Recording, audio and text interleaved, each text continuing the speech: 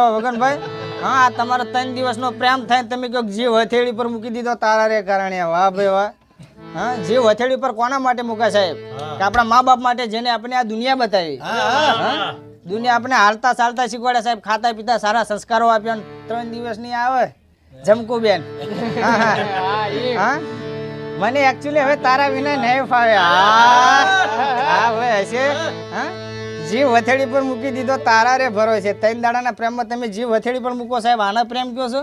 હા, જીવ હથેળી મા બાપ માટે મુકાય, હથેળી ઉપર, કે જેમને આપણને આ બધું શીખવાડ્યું. સાહેબ તમારા 3 દિવસના પ્રેમને તો તમને સલામ છે, પણ બાકી મા બાપ સિવાય જીવ હથેળી પર મૂકવો નહીં સાહેબ. સમજાય એના વંદન.